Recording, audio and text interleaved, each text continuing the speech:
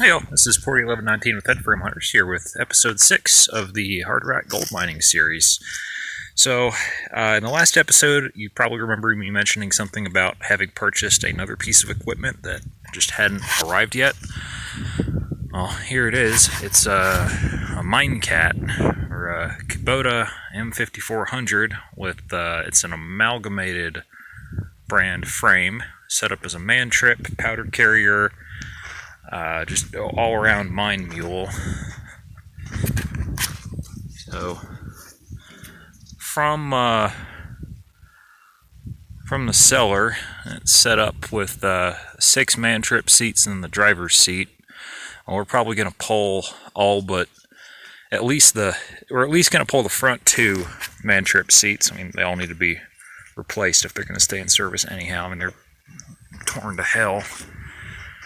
I'd probably pull these front ones. We might even chop this guarding off.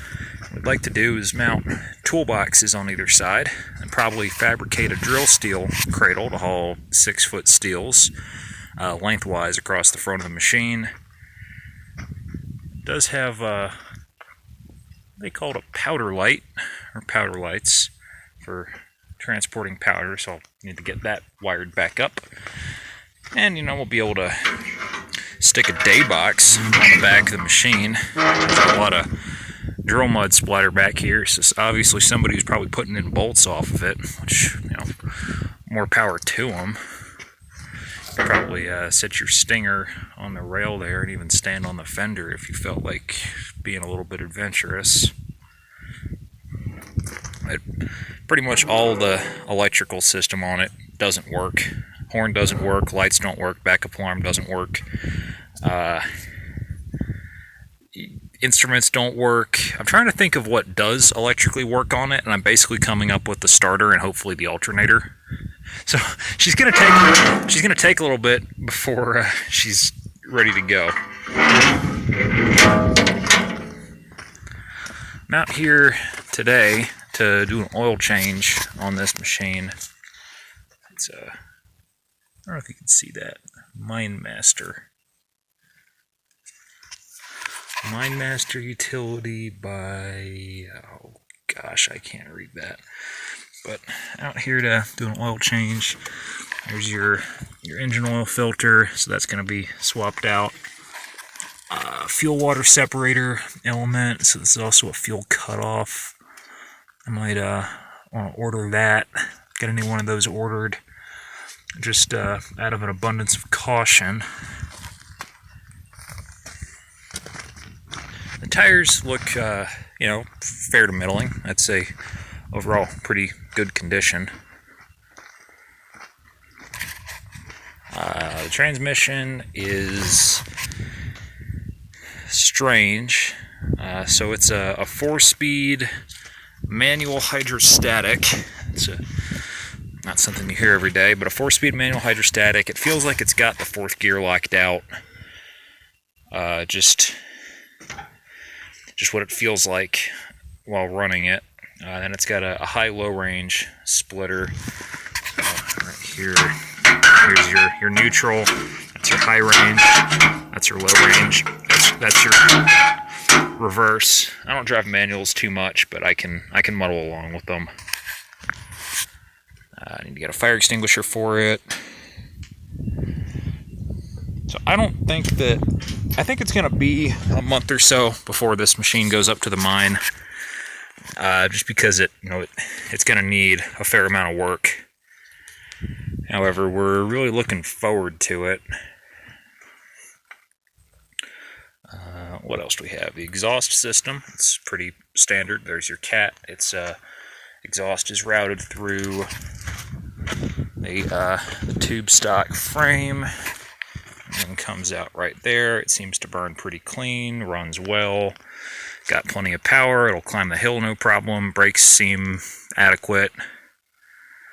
Really the only big deal with it is that the electrical system is pretty well screwed.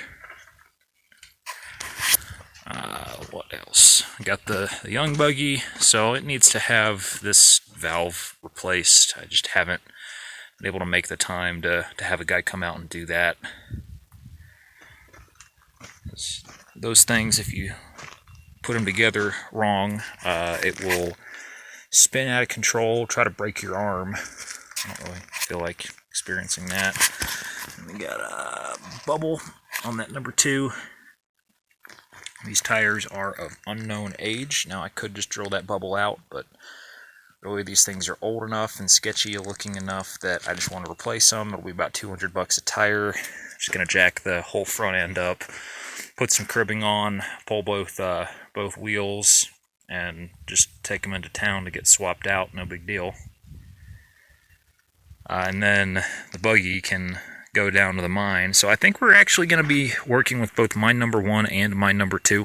Mine number 1, we need to muck. It's probably about 150 tons of material out of that vein drift, because where we were really encountering the values there would be inside of the right rib in that drift.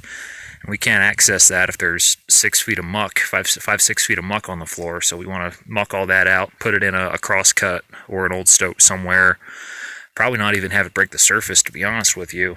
Just move that around underground to get us access. Drop utilities down the shaft, come in with a jack leg and some 2-foot starter steels, 6-foot steels, some collars, maybe get some 12-foot holes in there, and just jack leg in basically every direction we can and see if we can't block out a stope. And if we can block out a stope, then start working on going active with it. So mine number 2, we're not going to be able to put into production for a while, just for some administrative reasons, but we'll be able to keep doing rehab and equipment work in the decline, and then getting our fixed plant running. If you're wondering why there hasn't been a video with us getting the ventilation system in mine number 2 running again, it's because that old fuel tank is shot, and we just haven't pulled the old tank out yet to install our new one.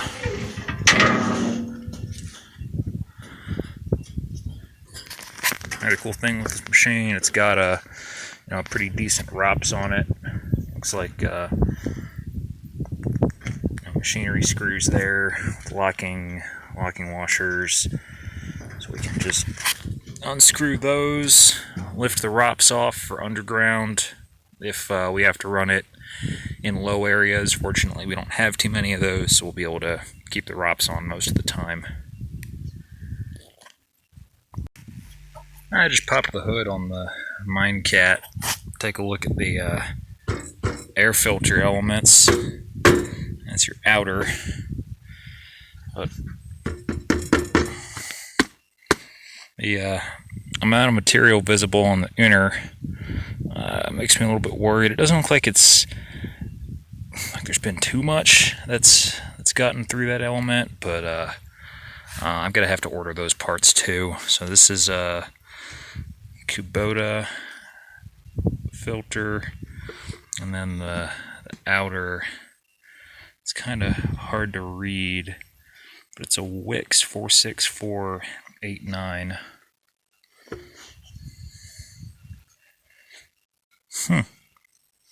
I wonder why the horn doesn't work. It'd be a mystery. Up the radiator cap, I don't see any coolant in there other than what dripped off the cap. So I'll probably have to top that off too. I need to go through the service manual, figure out what the capacities of things are. For some reason the fuel tank is on top of the engine, which I really dislike.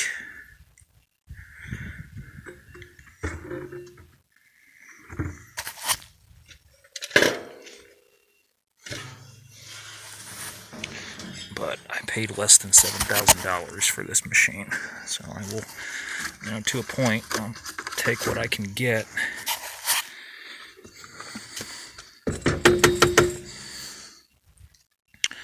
Also might be buying a service truck this month.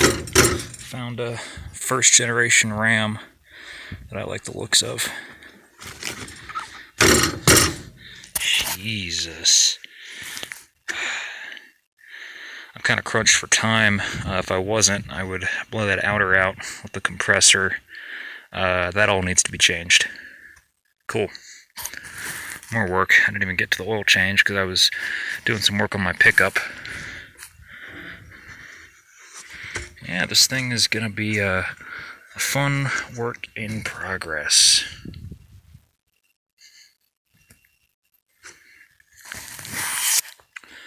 I'll cut over to a video taking it for a spin down the road earlier today.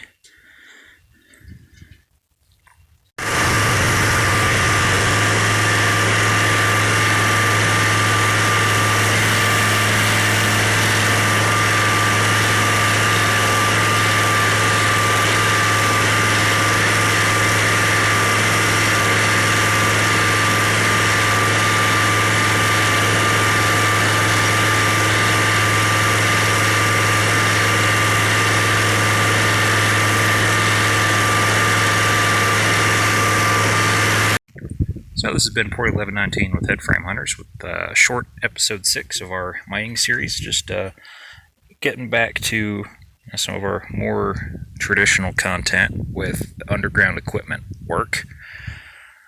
Yeah, this machine's going to be fun. I think it's going to be very practical once we get it down the hole. So we're looking forward to when that can happen. Though in all likelihood, the young buggy is going to be headed underground first, which is good. You know, I actually really like running that little thing, and hauling some muck with it is going to be, I think, a very fun time. So thank y'all very much for watching, guys. Adios.